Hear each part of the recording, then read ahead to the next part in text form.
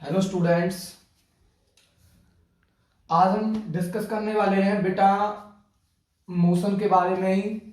But आज हम discuss करेंगे टाइप्स ऑफ मोशन के बारे में, क्योंकि स्टूडेंट्स आपको पता है कि जो हमारी जो डेली लाइफ के अंदर या जो हमारा जो फिजिकल जो वर्ल्ड है उसके अंदर जो मोशन जो होता है वो उनको हम एक कैटेगरी के अंदर नहीं कंसीडर कर सकते।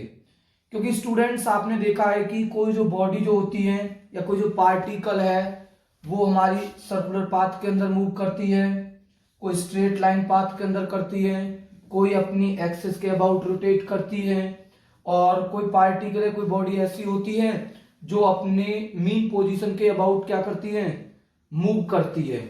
तो डियर आज की क्लास में हम टाइप्स ऑफ मोशन को हमने कैटेगराइज किया गया, उनके बारे में हम स्टडी करेंगे। और उससे पहले डियर स्टूडेंट्स मैं आपको कल की क्लास बता देता हूं कि कल डियर स्टूडेंट्स मैंने आपको बताया था मोशन और रेस्ट के बारे में। मैंने आप लोगों को एक चीज बताई थी कि कोई भी बॉडी अगर एक कंडीशन पर अगर रेस्ट में है तो हो सकता है कि वो दूसरी कंडीशन के अंदर वो किस में हो डियर, मोशन के अंदर हो। उसका मैंने एग्जांपल आप लोगों को एक मूविंग ट्रेन का बताया था कि अगर कोई ट्रेन मूव कर रही है और मान लीजिए ट्रेन के अंदर आप भी मूव कर रहे हैं, तो ट्रेन के कंपार्टमेंट के अंदर जो भी पैसेंजर हैं, जो भी आपके सराउंडिंग में हैं इनसाइड द कंपार्टमेंट, अगर वो डिस्टेंस अगर आपकी फिक्स है with passage of the time, वो डिस्टेंस अगर चेंज नहीं हो रही है तो हम ये कहेंगे कि जो हमारी जो बॉडी है with respect to passenger of the compartment is in at rest. अगर कोई आउटसाइड से, अगर कोई हमें आउटसाइड द ट्रेन अगर हमें कोई ऑब्जर्व करता है, तो आउटसाइड का जो ऑब्जर्वर और जो पैसेंजर जो होता है उसकी जो डिस्टेंस जो होती है डियर वो कंटिन्यूअसली क्या होती है, with passage of time change होती है। तो हम ये कहते हैं कि वो बॉडी किस में है, मोशन के अंदर है। ठीक है, तो डियर इस चीज का आप लोग ध्यान से रखेंगे। ये डिपेंड करता है कि वेदर इज बॉडी रेस्ट और मोशन, ये डिपेंड करता है विद रेस्पेक्ट टू सराउंडिंग पर। किस पर डिपेंड करता है, with respect to surrounding. Dear students एक क्लास और मैंने आपको बताई थी कि एक होता है हमारे पास में पॉइंट मास ऑब्जेक्ट होता है। ठीक है, पॉइंट मास ऑब्जेक्ट के बारे में मैंने कल आपको एक चीज बताई थी बेटा कि अगर कोई बॉडी ड्यूरिंग मोशन के अंदर, अगर कोई बॉडी ड्यूरिंग मोशन के अंदर मच लार्जर डिस्टेंस अगर ट्रेवल करती है, कवर करती है अपने साइज से, अपने बॉडी के साइज से, तो वो बॉडी जो कंसीडर करी जाती है उस बॉडी को हम बोलते हैं पॉइंट मास ऑब्जेक्ट। क्या बोलते हैं डियर, पॉइंट मास ऑब्जेक्ट। या हम ये कह सकते हैं कि इसको हम कहेंगे कि ए पार्टिकल, क्या कंसीडर करेंगे, एक पार्टिकल बोलेंगे। दूसरा होता है डियर अगर हम किसी ऑब्जेक्ट को अगर हम ए बॉडी कंसीडर कर रहे हैं तो हम ये कहेंगे डियर कि जो ए जो बॉडी है वो एक कोई भी बॉडी का कंसीडर होगी जब वो बॉडी अपने साइज से ज्यादा डिस्टेंस अगर वो ट्रेवल नहीं करती है, अपने साइज से वो ज्यादा डिस्टेंस ट्रेवल नहीं करती है, तो वो हमारी जो बॉडी है वो एज ए बॉडी कंसीडर करेंगे और हम कहेंगे कि वो एक क्या है, ए सिस्टम ऑफ पार्टिकल है, वो ए सिस्टम ऑफ पार्टिकल। तो डियर पॉइंट मास ऑब्जेक्ट या ए पार्टिकल या ए बॉडी या ए सिस्टम ऑफ पार्टिकल्स, इनके बेसिस पर हम आप लोगों को मोशन को डिफाइन कराएंगे, टाइप्स ऑफ मोशन को बताएंगे। सबसे पहला है डियर मेरा रेक्टिलिनियर मोशन। रेक्टिलिनियर मोशन क्या है डियर, जिसमें आ रहा है वर्ड आ रहा है लाइन। ठीक है, लीनियर मतलब आप लोगों को पता है कि स्ट्रेट लाइन। इट मींस अगर कोई बॉडी स्ट्रेट लाइन पाथ के अंदर मूव करती है, अगर कोई बॉडी कैसे पाथ के अंदर करती है, स्ट्रेट लाइन पाथ के अंदर मूव करती है, तो उसे हम क्या बोलते हैं, रेक्टिलिनियर बोलते हैं। ये स्टूडेंट्स बिल्कुल रॉन्ग है।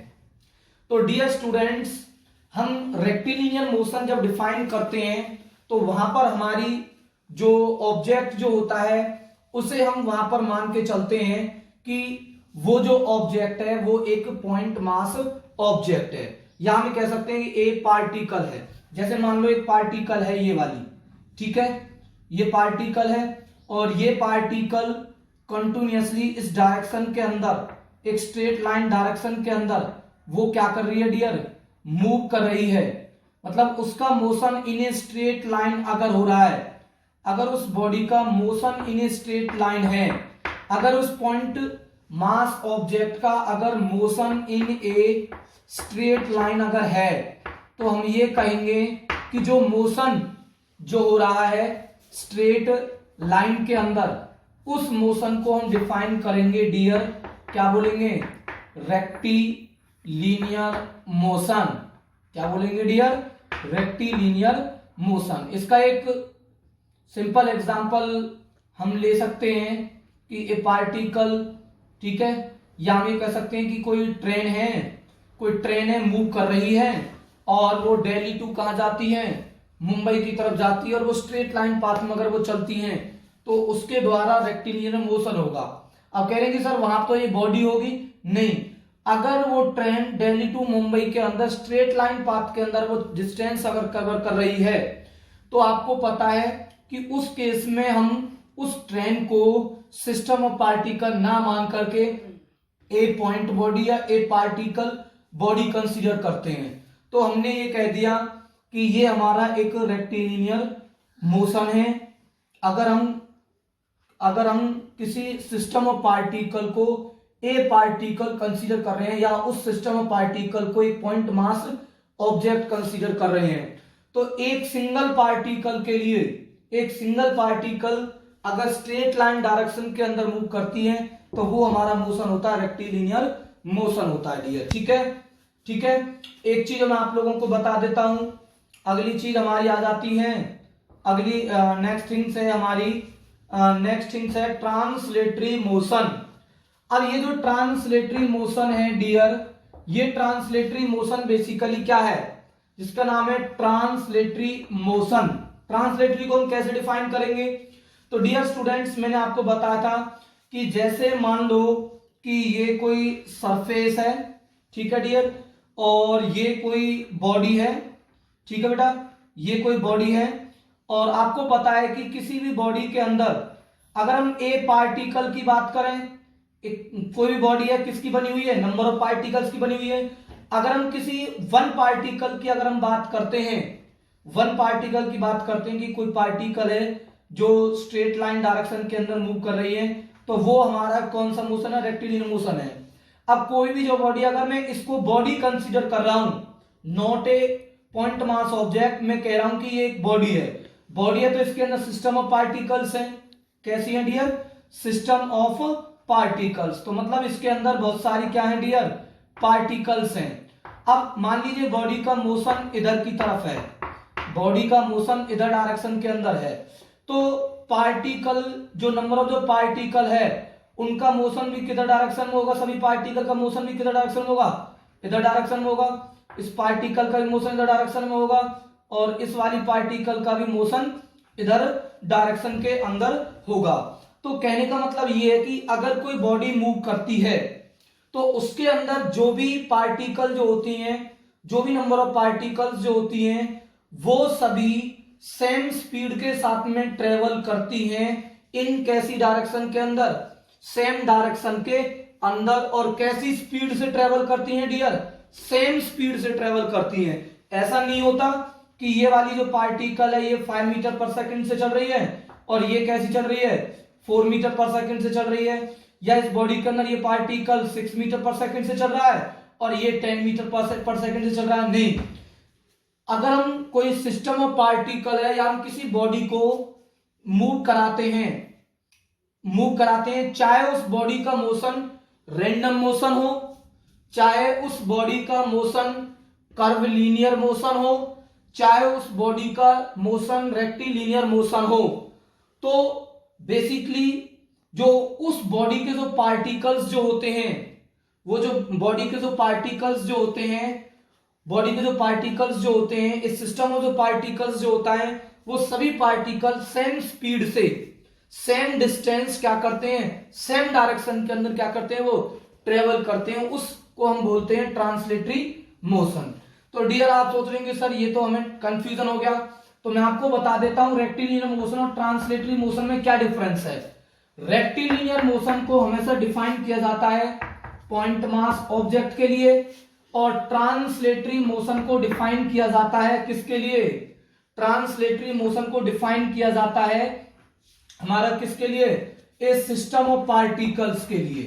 किसके लिए, सिस्टम ऑफ पार्टिकल के लिए। सबसे बड़ा मेन डिफरेंस है, याद रखना डियर, रेक्टिलिनियर मोशन में पॉइंट मास ऑब्जेक्ट होगा खाली, ठीक है, एक पार्टिकल को हम स्ट्रेट लाइन के अंदर मूव कराएंगे, और ट्रांसलेटरी मोशन के अंदर हम जब डिस्कस करेंगे तो हम सिस्टम ऑफ पार्टिकल्स की बात करेंगे, और उस सिस्टम ऑफ पार्टिकल्स, उस बॉडी के अंदर जो सिस्टम ऑफ जो पार्टिकल्स जो होंगे वो सभी सेम डायरेक्शन के अंदर सेम स्पीड से सेम टाइम में सेम डिस्टेंस क्या करेंगे डियर, ट्रेवल करेंगे, ठीक है।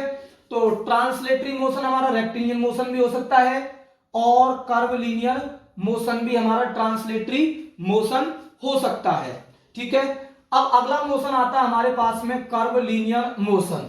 जैसा कि आप लोगों को पता चल रहा है कि कर्व है कि अगर कोई बॉडी कर्व के अलोंग मूव करती है, जैसे मान लीजिए मेरे पास में ये कोई कर्व लाइन, ये कोई कर्व पाथ दिया हुआ है, ठीक है, और ये कोई बॉडी है, ठीक है बेटा, या ये कोई पार्टिकल है, ये कोई बॉडी है, ठीक है डियर।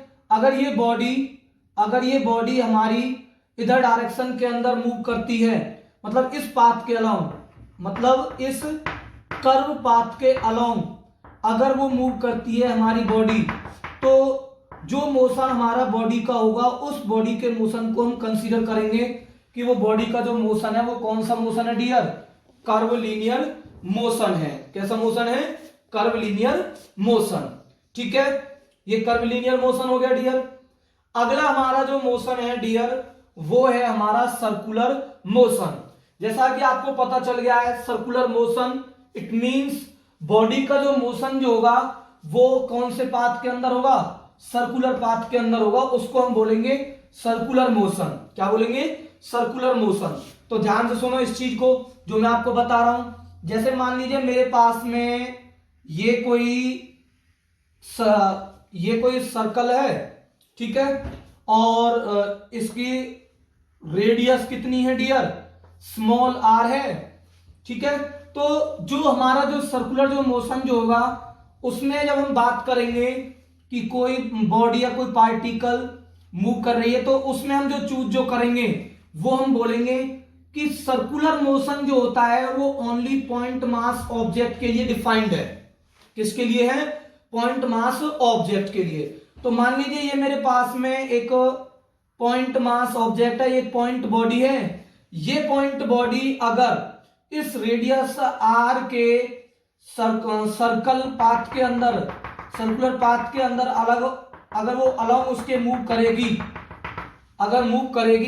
तो ये जो मोशन जो होगा, देखो डियर इसका सेंटर क्या है, ये जो पार्टिकल जो मूव कर रही है, जैसे मान लो ये पार्टिकल यहां पर आ जाती है, यहां पर आ जाती है, या ये पार्टिकल यहां पर आ जाती है, या ये पार्टिकल यहां पर आती है, या ये पार्टिकल यहां आती है, तो इसकी जो रेडियस जो होती है डियर वो कैसी होती है डियर, फिक्स होती है। कैसी होती है, फिक्स।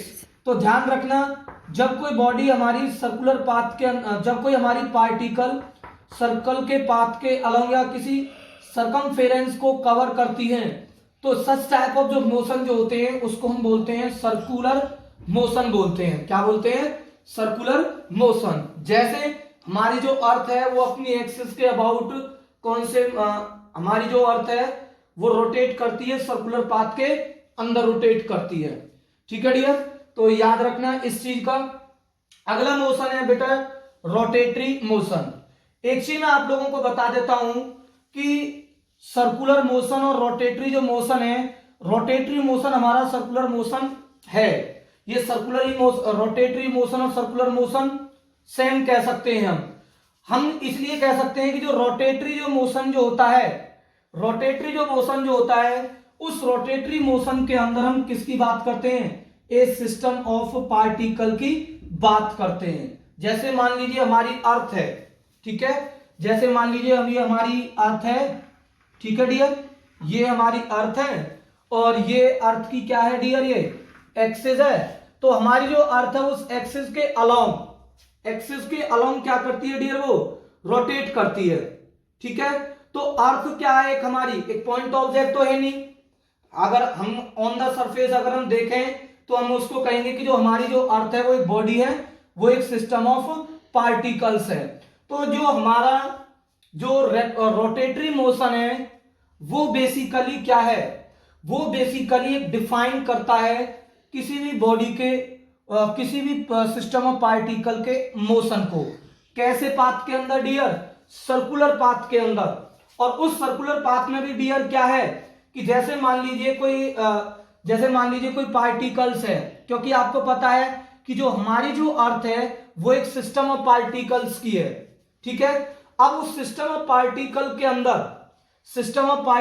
अंदर उनका जो सेंटर जो होगा, उनका जो जैसे मान लो ये कोई पार्टिकल होगी, यहां पर ये दूसरी पार्टिकल होगी, एक पार्टिकल यहां पर होगी, एक पार्टिकल यहां पर होगी, एक पार्टिकल यहां पर होगी। जैसे मान लो मैं फॉर एग्जांपल इसकी बात करता हूं कि जैसे मान लीजिए ये हमारी एक अर्थ है, ठीक है। अब ये अर्थ जब रोटेट करेगी तो ये इसके बहुत सारे क्या है, एक सिस्टम ऑफ पार्टिकल्स हैं। तो ये सिस्टम ऑफ पार्टिकल क्या होगा, ये सिस्टम ऑफ पार्टिकल जो रहेगा वो हमारा क्या करेगा, रोटेट करेगा अबाउट इट्स किसके, एक्सिस के। तो ये वाला जो पार्टिकल है, ये वाला जो पार्टिकल जो होगा ये भी क्या करेगा डियर हमारा, ये वाला जो पार्टिकल होगा ये भी कौन से पाथ में मूव करेगा, सर्कुलर पाथ के अंदर क्या करेगा डियर, वो रोटेट करेगा अबाउट इट्स एक्सिस के। तो जो भी पार्टिकल हमारी रोटेट करेगी इस सिस्टम ऑफ पार्टिकल के अंदर, उन सभी के जो सेंटर जो होंगे वो कॉन्सेंट्रिक सर्कल्स होंगे। उन कैसे होंगे, कॉन्सेंट्रिक सर्कल होंगे। कैसे होंगे डियर, कॉन्सेंट्रिक सर्कल होंगे। कॉन्सेंट्रिक सर्कल मतलब जानते हो कि जैसे मान लो मैं ये कहूं कि ये कोई सर्कल है, इसका सेंटर ये है, एक दूसरा सर्कल है, इसका सेंटर भी ये होगा, तीसरा सर्कल है, उसका सेंटर भी यही होगा। तो डियर जब हम रोटेटरी मोशन की बात करते हैं तो वहां पर हम किसकी बात करते हैं डियर, हम एक सिस्टम ऑफ पार्टिकल की बात करते हैं। तो ऑल जो कॉन्स्टिट्यूएंट जो पार्टिकल्स जो होती हैं बॉडी के अंदर, वो सभी हमारी ऑल जो कॉन्स्टिट्यूएंट जो पार्टिकल्स जो होती हैं सिस्टम के अंदर, वो इस तरीके से मूव करती हैं, इस तरीके से मूव करती हैं सर्कुलर पाथ के अंदर कि उनका जो सेंटर जो होता है, उनका जो सेंटर जो होता है वो कहां पर होता है, एक्सिस ऑफ रोटेशन पर लाई करता है। और जितनी भी सिस्टम ऑफ पार्टिकल्स हैं वो गिवन टाइम के अंदर सेम एंगल को क्या करती हैं, शिफ्ट करती हैं। क्या करती हैं डियर, सेम एंगल को शिफ्ट करती हैं। यहां पर एक इंपॉर्टेंट टर्म ये आती है कि यहां पर जो पार्टिकल्स जो मूव जो करते हैं, यहां पर जो सिस्टम जो पार्टिकल्स जो मूव जो करता है अबाउट इट्स एक्सिस के, अबाउट इट्स एक्सिस के, वो जो पार्टिकल्स जो होते हैं वो उन सभी की जो स्पीड जो होती है, जो लीनियर जो स्पीड जो होती है वो सभी की कैसी होती है डियर, डिफरेंट होती है। बट एंगुलर जो स्पीड जो होती है इस पार्टिकल की वो कैसी होती है डियर, सेम होती है। क्योंकि इसके अंदर इस अर्थ के अंदर जितने भी पार्टिकल्स होते हैं वो सभी हमारे एक गिवन टाइम के अंदर सेम एंगल स्वीप करते हैं। तो ये हमारा कौन सा मोशन हो गया डियर, रोटेटरी मोशन हो गया। कितना टाइम हो गया बेटा, 18। तो ये हमारा कौन सा मोशन हो गया, रोटेटरी मोशन। अगला मोशन आता है डियर हमारे पास में, कौन सा मोशन, ऑसिलेटरी और वाइब्रेटरी मोशन। जैसा कि आपको पता है कि नाम से ही पता चल रहा है ऑसिलेटरी मोशन। तो dear student oscillatory motion basically क्या है, जैसे मान लो आप लोगों ने पढ़ा है 8th क्लास में साउंड वाला चैप्टर कि अगर हम किसी ऑब्जेक्ट को एक दूसरे के साथ में स्ट्राइक कराते हैं तो इसके जो पार्टिकल्स जो होते हैं वो बेसिकली अपनी मीन पोजीशन से वो क्या हो जाते हैं, डिस्प्लेस होते हैं। मीन पोजीशन से क्या होते हैं डियर, डिस्प्लेस होते हैं और आगे जाते हैं, फिर वहीं आ जाते हैं, फिर इधर की तरफ जाते हैं, फिर वहीं आ जाते हैं। तो कहने का मतलब क्या है कि अब वो फिक्स इंटरवल ऑफ टाइम के अंदर, फिक्स इंटरवल ऑफ टाइम के अंदर वो अबाउट मीन पोजीशन को वो क्या करते हैं, रिपीट करते हैं। मतलब उनका जो मोशन जो होता है to and fro, back and forth motion होता है। जैसे हमारा एक सिंपल पेंडुलम है, ये हमारा एक पेंडुलम है, ठीक है, ये पेंडुलम बॉब की एक मीन पोजीशन है, क्योंकि ये जो बॉब जो रहेगी ये इक्विलिब्रियम पोजीशन के अंदर है। अगर मान लो इसमें बॉब को अगर मैं यहां से रिलीज करता हूं, ये इसकी मीन पोजीशन हो गई, ये इसकी एक्सट्रीम पोजीशन हो गई। अगर मैं इस मेटल बॉब को अगर मैं यहां से रिलीज करूंगा तो ये जो मेटल जो बॉब जो रहेगी ये क्या होगी डियर, इधर की तरफ मूव करेगी, मीन पोजीशन की तरफ जाएगी, फिर मीन पोजीशन से वो इधर की तरफ जाएगी, फिर वो इधर से फिर वो इधर आएगी, फिर वो इधर जाएगी, फिर वो इधर आएगी, फिर वो इधर आएगी। इसका कहने का मतलब क्या है कि इसमें जो मोशन जो हो रहा है वो हमारा आगे और पीछे, बैक एंड फोर्थ या टू एंड फ्रो मोशन हो रहा है। मतलब टुवार्ड्स, फिर मीन पोजीशन, फिर इधर की तरफ, फिर वो मीन पोजीशन फिर वो इधर की तरफ। तो ये जो ऑसिलेशन जो होता है ये फिक्स इंटरवल ऑफ टाइम के अंदर होता है। तो सच टाइप ऑफ मोशन को हम बोलते हैं ऑसिलेटरी मोशन और वाइब्रेटरी मोशन बोलते हैं। तो डियर मैं एक चीज बता देता हूं, जब ऑसिलेटरी मोशन होता है, ऑसिलेटरी मोशन जब होता है तो फ्रीक्वेंसी कम होती है, स्मॉल फ्रीक्वेंसी होती है। बट जब हमारी वाइब्रेटिव मोशन की जब हम बात करते हैं तो वहां पर फ्रीक्वेंसी कैसी हो जाती है डियर, हाई हो जाती है। तो इन दोनों में डिफरेंस क्या है, लिटिल डिफरेंस है बस इसके अंदर, ऑसिलेटरी और वाइब्रेटरी में थोड़ा सा ही डिफरेंस है। बाकी दोनों में क्या होता है, मोशन होता है अबाउट देयर मीन पोजीशन के ही। ये तब होती है जैसे मैंने इसमें जैसे मान लो मैंने क्या करा, इस पेन को इसके मेरे साथ में स्ट्राइक कराया, तो क्या हुआ, इसके जो पार्टिकल्स हैं वो अपनी मीन पोजीशन से डियर क्या हो गए, अपनी मीन पोजीशन से वो डियर क्या हो गए, डिस्टर्ब हो गए, मीन पोजीशन से वो डिस्टर्ब हुए। बट उनकी जो फ्रीक्वेंसी जो थी वो कैसी थी डियर, हाई फ्रीक्वेंसी थी, ठीक है। तो एक पर्टिकुलर फ्रीक्वेंसी की एक साउंड प्रोड्यूस होती है। तो सच टाइप ऑफ जो मोशन जो होता है पार्टिकल्स का वो वाइब्रेटरी मोशन होता है। और ऑसिलेटरी मोशन क्या होता है, जैसे हमारा सिंपल पेंडुलम है, अगर वो सिंपल पेंडुलम वाइब्रेट कर रहा है, सिंपल पेंडुलम अगर वाइब्रेट कर रहा है अपनी मीन पोजीशन से, तो उसकी फ्रीक्वेंसी कम है और वो क्या है, ऑसिलेटरी मोशन है, ठीक है डियर। अब आ जाता है हमारा पीरियोडिक मोशन आता है। कौन सा मोशन आता है, periodic motion. Periodic motion means क्या है डियर, पीरियोडिक मोशन का मतलब है कि जैसे हमारी जो अर्थ है अपनी एक्सिस के चारों ओर रोटेट करती है, तो एक चक्कर कितने दिन में पूरा कर लेती है, कितने दिन में पूरा कर लेती है, एक दिन में 24 आवर्स में कर लेती है।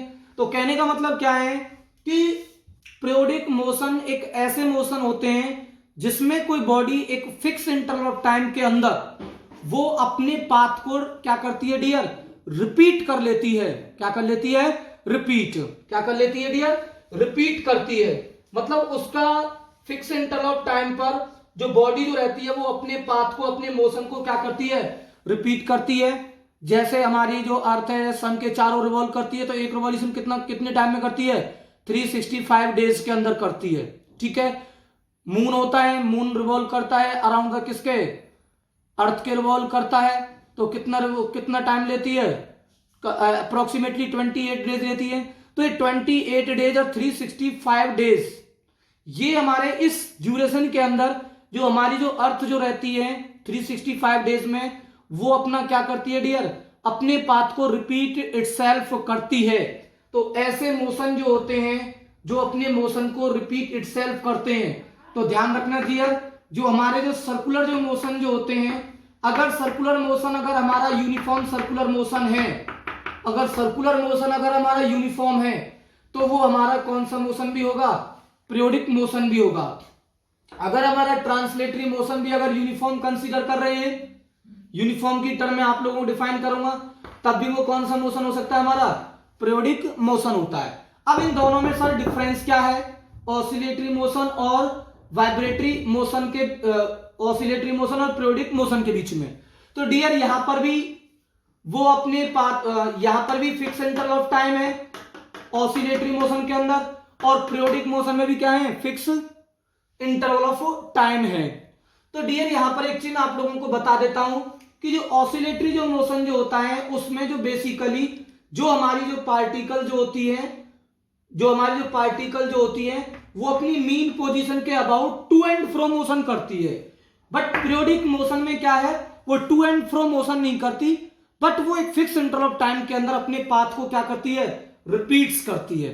ठीक है, तो हम ये कह सकते हैं कि जो हमारा, अब हम ये कह सकते हैं कि जो हमारे जो ऑसिलेटरी जो मोशन जो होते हैं, हमारे जो ऑल जो ऑसिलेटरी जो मोशन